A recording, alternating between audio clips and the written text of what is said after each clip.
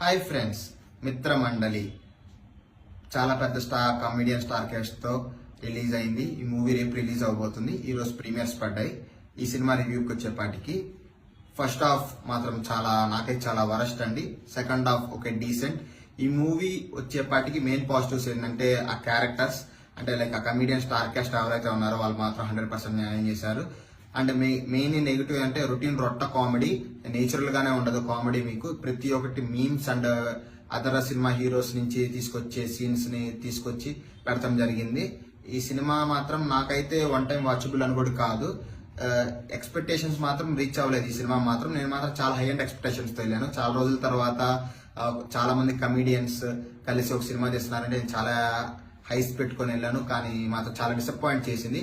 నేను ఈ సినిమాకి ఇచ్చే రివ్యూ అవుట్ ఆఫ్ 5 2 ఇస్తున్నాను. ఈ సినిమా ఒక పూర్తి రివ్యూ కావాలంటే మన ఛానల్లో ఉంది, కింద డిస్క్రిప్షన్ లో లింక్ ఉంటుంది.